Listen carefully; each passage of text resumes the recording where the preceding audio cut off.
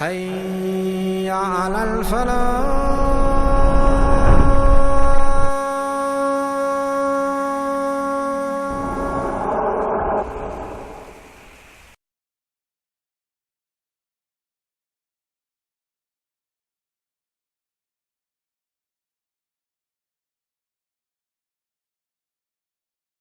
إن الحمد لله نحمده ونستعينه ونستغفره ونعوذ بالله من شرور أنفسنا ومن سيئات أعمالنا.